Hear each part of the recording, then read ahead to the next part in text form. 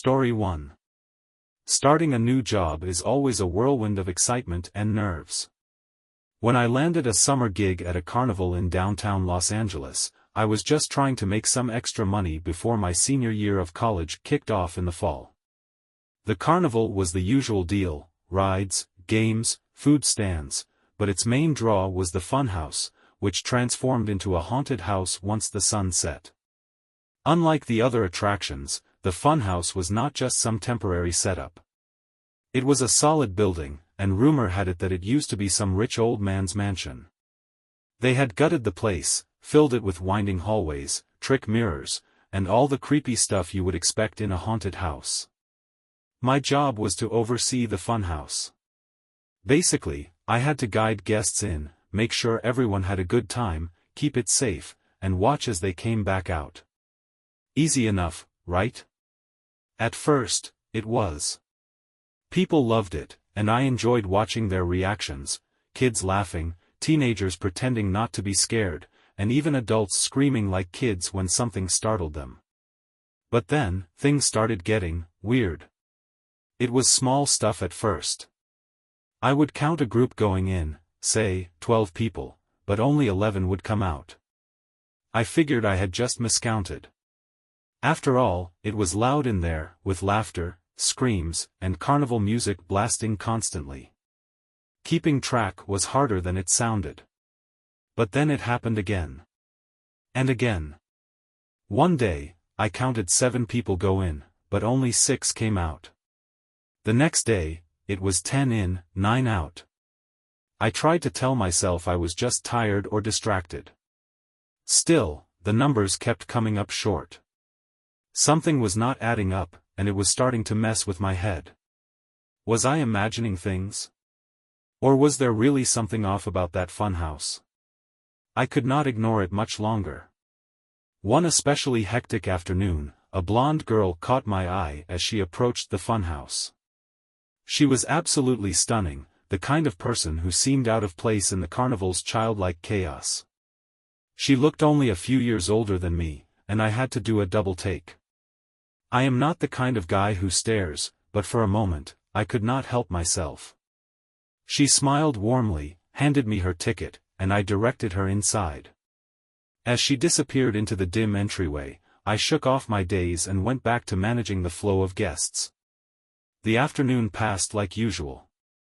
People went in and came out, some stopping to ask me questions or share their excitement about the funhouse. But I found myself keeping an eye out for that blonde girl. I was determined to see her leave and maybe, just maybe, work up the nerve to say something. As time ticked by, I noticed groups of people who had entered after her starting to come out. Minutes turned into more minutes, and soon I began to worry. She should have exited by now. The longer I waited, the more uneasy I felt. Finally, my concern overrode my sense of duty. I decided to leave my post for a few minutes and check inside. Locking the entrance door behind me, I stepped into the dimly lit funhouse. The familiar sounds of creaking floorboards and distant laughs surrounded me as I carefully navigated the narrow corridors. I retraced the path guests would normally follow until I came to something I had only noticed briefly during my initial walkthrough: a faint seam in the wall. It had barely registered before, but now, in my heightened state of curiosity, it stood out. I pressed against the seam, and to my surprise, I heard a quiet click. Intrigued, I fiddled with it until the hidden door swung open, revealing a pitch-black hallway. My jaw nearly hit the floor. What was this? Why had no one mentioned it? I was definitely going to have a serious conversation with my boss. I stepped into the hallway, using the flashlight on my phone to guide me. My nerves were overridden by sheer shock at the discovery. The passage was eerily quiet as I followed it to its end, where I found another door. Swinging it open, I was even more surprised: it led straight to the carnival grounds outside. I let out a long sigh of relief. This discovery explained everything. All those missing guests must have found this hidden exit by mistake and assumed it was the right way out. They had probably gone home or returned to the carnival without saying anything. Mystery solved. As I made my way back to the main path, I could not help but feel a little disappointed. I had been so caught up in my search that I forgot about the blonde girl.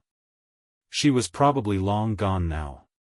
Still, I was not ready to return to my post just yet.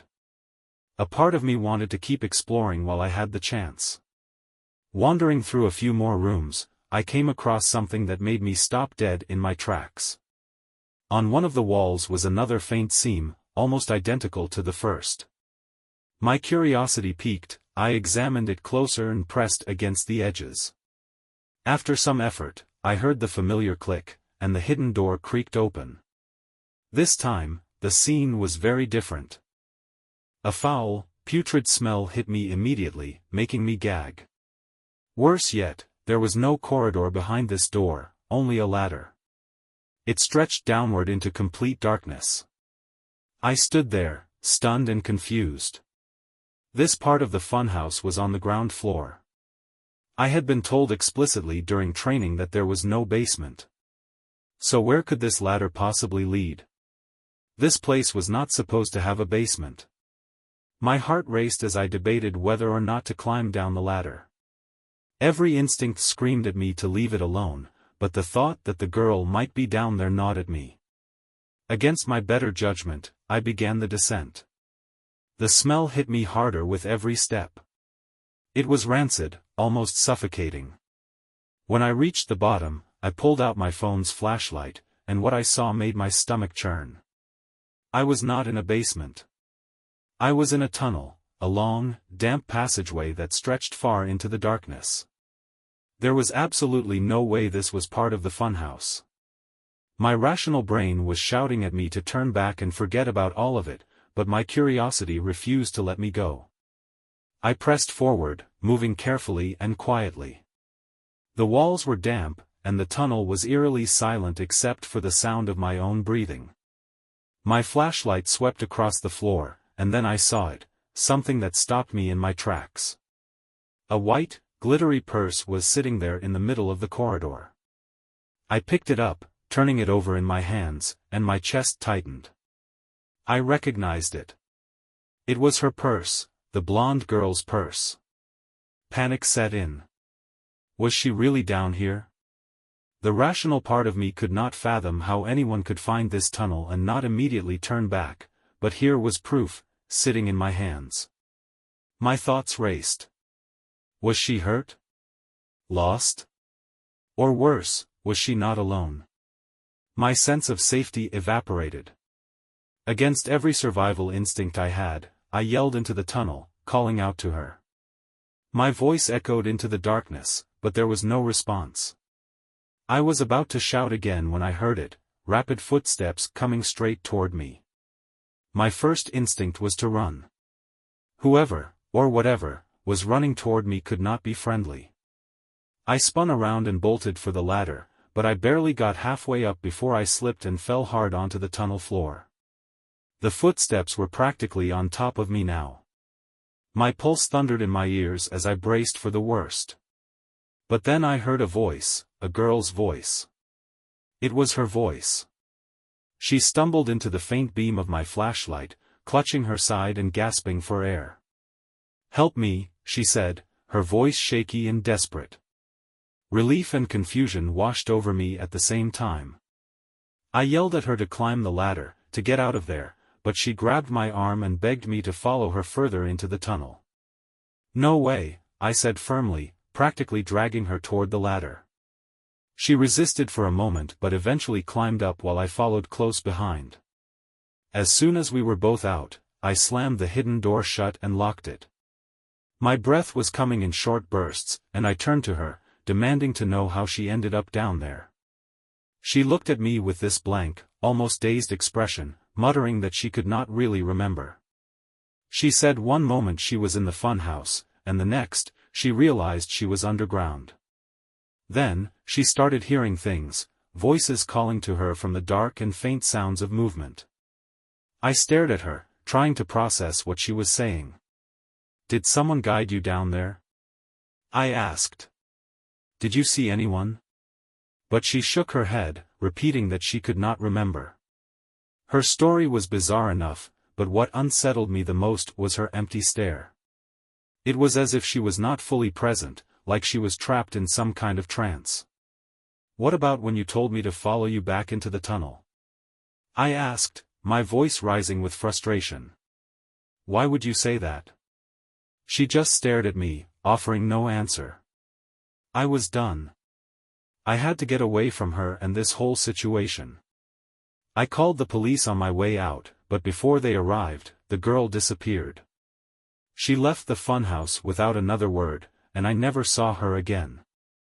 When the police investigated, what they uncovered was mind-blowing. It turned out the building had been a safe house during Prohibition in the 1920s. Beneath it was a series of secret passageways that connected to an old section of underground Prohibition tunnels, long forgotten and undiscovered. The Carnival owner claimed he had no idea about the building's history, but I was not so sure. Something about the whole thing felt off. I quit my job the next day and put as much distance between myself and that place as possible. But the questions still haunt me. Did the owner know about the tunnels? Was that girl almost kidnapped? Was someone else down there, hiding in the dark? Or was she somehow part of something bigger? No matter what explanation I come up with, all of them terrify me. Ever since I was a kid, I have loved carnivals. Now, I am not so sure anymore. Story 2. The lights, the games, the unpredictable joy of it all. I know plenty of folks think carnivals are strange or childish, but not me. Growing up in a small Indiana town, there was not a whole lot to do. So when the carnivals rolled into town, you better believe I spent as much time there as I could. Even now, more than 20 years later, I still get a thrill from the atmosphere of a local carnival. And despite what I am about to tell you, I do not think I will ever lose my love for them. This story takes place when I was about 10 or 11 years old. I was a nerdy kid, always with my nose buried in a book. In the days leading up to the spring carnival, I was hanging out at the library, diving into whatever piqued my interest. For some reason, I ended up in the history section. These books were ancient, practically covered in dust, like no one had touched them in decades. While flipping through one about our town's history, a small, faded piece of paper slipped out from between the pages. I bent down to pick it up, confused at first. But to my surprise, it was a ticket for the spring carnival, dated over 15 years ago. What were the odds of finding something like that? I was thrilled. It was going to be a cool addition to my collection of random odds and ends back home.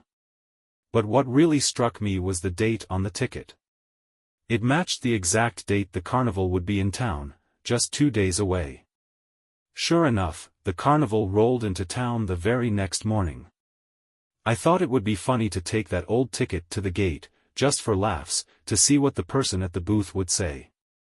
Plus, I wanted to get it punched as a keepsake.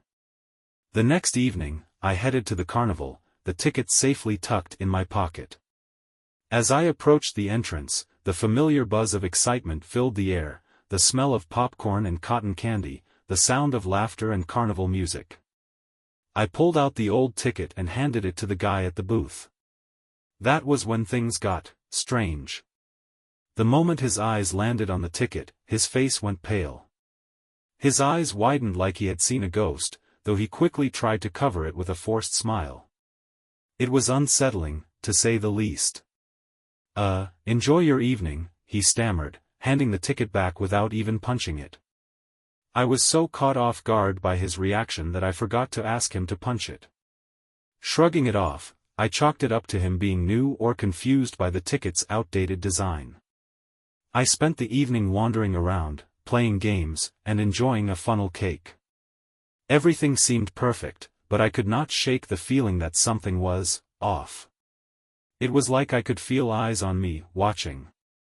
At first, I told myself I was just being paranoid. But the more I walked around, the more I noticed the carnival workers casting strange looks my way. It got to the point where I could not ignore it anymore. Frustrated, I decided to ask someone what was going on. I approached an older man running the ring toss booth. He had kind eyes and a grandfatherly vibe that made me feel comfortable. I showed him the ticket and asked what the big deal was. Unlike the guy at the booth, he did not even try to hide his shock. He glanced around nervously, then leaned in close. "Young man, where did you get this?" I explained how I had found it in a dusty book at the library, but as I talked, a knot of unease started forming in my stomach. Maybe I should have just left the ticket at home. "You found something you were not meant to find," the man said, his voice dropping to a whisper. "This ticket, it is tied to a story most folks around here do not like to talk about." I stared at him, my heart starting to race. "About 15 years ago, something awful happened during the carnival. Right here in this town," he began. He paused, as if debating whether to continue. "There was a young man who worked here, his name was Ryan. Nice kid, everyone liked him. He was in charge of one of the rides. But one night, he just disappeared. Vanished without a trace." The old man's voice grew quieter, almost like he was afraid someone might overhear. "The police found his wallet, but it was empty. Nothing in it except a ticket. One that looked an awful lot like the one you are holding right now." He gestured toward the ticket in my hand, and for a moment, the air seemed colder. They searched everywhere, even drained the old pond near town, but there was no trace of Ryan. After that, strange things started happening every time the carnival returned. Accidents, people's belongings going missing, and odd sightings. Some folks said it was Ryan trying to come back, while others whispered it was something far worse that had taken him. I felt a chill run down my spine, but skepticism got the better of me. "And you believe that?" I asked. The old man shrugged. "I have seen enough to keep an open mind. But the point is, that ticket you found might stir things up. It is best you get rid of it. Leave it here." He motioned for me to hand it over, but I hesitated. I glanced down at the ticket, turning it over in my hands as if there were some hidden clue I was missing. How could a ticket be the cause of all that? I questioned, still not convinced. The old man's expression darkened. His tone shifted, growing sharper, almost angry. "Give it here," he said, his voice edging toward a growl. I considered it, but then I decided that some spooky old story was not worth giving up such a cool keepsake. "No," I said firmly. The reaction I got startled me. The man sprang up with a speed I did not think possible for someone his age. He lunged for the ticket, his fingers grazing mine. I yanked my hand back instinctively, clutching the ticket tighter. His expression twisted into something desperate, almost feral. "You do not understand," he hissed, his eyes darting around like he was expecting someone, or something, to appear from the shadows. I took a step back, my heart pounding in my chest. "I think I should go," I stammered, turning and bolting toward the tense exit. Behind me, I could hear his voice, a strange mix of pleading and warning. But I did not care. The bustling crowd swallowed his words, and I forced myself to push his reaction out of my mind. Still, the joy of the carnival had been ruined. I left earlier than planned, the ticket burning a metaphorical hole in my pocket. The following days were rough. My luck seemed to nosedive. I missed the school bus, scraped my knee in a nasty bike accident, and, worst of all, my best friend accused me of stealing his prized baseball card, something I would never do. But that was not the worst of it. One evening, I came home to find my mom in tears after losing her job. A week later, my brother broke his leg skateboarding. And just a few days after that, our family dog, Bean, passed away. It felt like a dark cloud had settled over me, and no matter what I did, I could not shake the feeling that it all tied back to that ticket.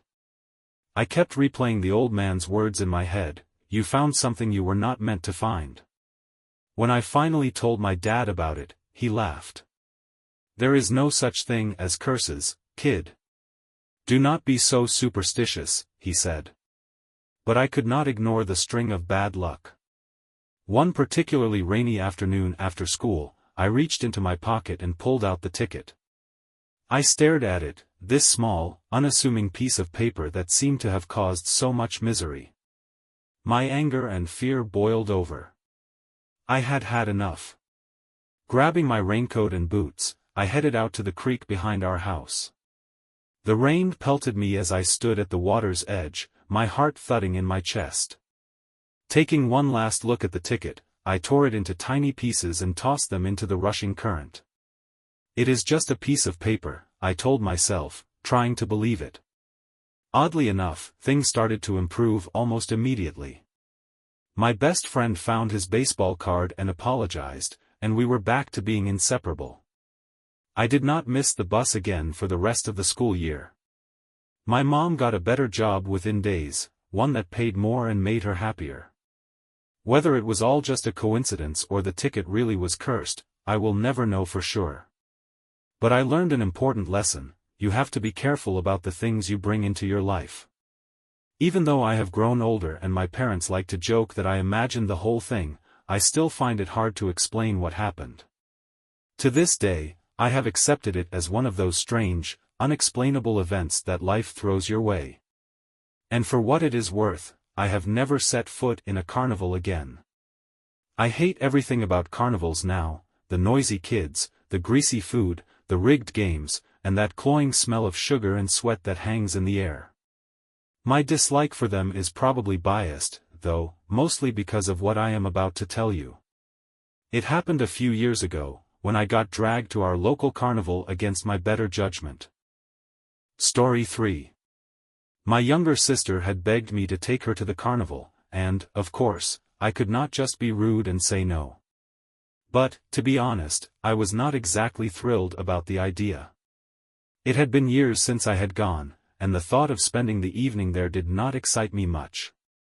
After a while, she started getting bored and decided she wanted to leave. So, I called my mom to come pick us up. When she arrived, I told her I would not be heading back with them. See, I had been in the middle of a fight with my dad, and the last thing I wanted was to go home and risk another argument. I figured it was better to wait until he went to bed before heading back. I let my mom know I would walk home later, and she took my sister and drove off. Standing there, I could not help but notice how sad the carnival felt that night. It was not anything like I remembered from when I was younger. The place was almost empty, with only a handful of people scattered around. It just felt off. The people wandering the carnival looked miserable, like they would rather be anywhere else. I figured I should at least try to get my money's worth since I had paid for the ticket with my own hard-earned cash. After some aimless wandering, I spotted the fun house. It seemed like it might be entertaining enough, so I decided to give it a shot. I was expecting a crowd inside. Fun houses are usually packed, right? But when I stepped in, it was eerily empty. Not a single person was in there, at least as far as I could tell. I had never been alone in a fun house before, and it felt weird. The usual laughter and chatter people bring to the atmosphere were completely missing. Without that, it was just me standing in silence, surrounded by warped mirrors. The whole vibe was unsettling, to say the least. I shrugged it off and figured I might as well go through the maze. I admit, the distorted mirrors made me laugh a couple of times. But about halfway through, something strange caught my eye. In one of the mirrors to my left, I thought I saw a face, a bald man with deeply sunken eyes, just for a split second. I whipped around to look, but there was no one there. The weird part was, I could not even tell where he might have been standing because of how the mirrors played tricks on your perception. He could have been anywhere in the room. What made it even creepier was that I had not heard the funhouse door open after I entered. So either he had snuck in quietly, or worse, he had already been inside the whole time. I started walking again, quicker now, trying to shake off the uneasy feeling. But then I saw him again, just in the corner of my eye. This time, his face was twisted into a sinister smile. It was unmistakably the same man. I stopped and yelled for him to back off, but there was no answer. The mirrors made it impossible to tell where he actually was, and my voice just echoed back at me.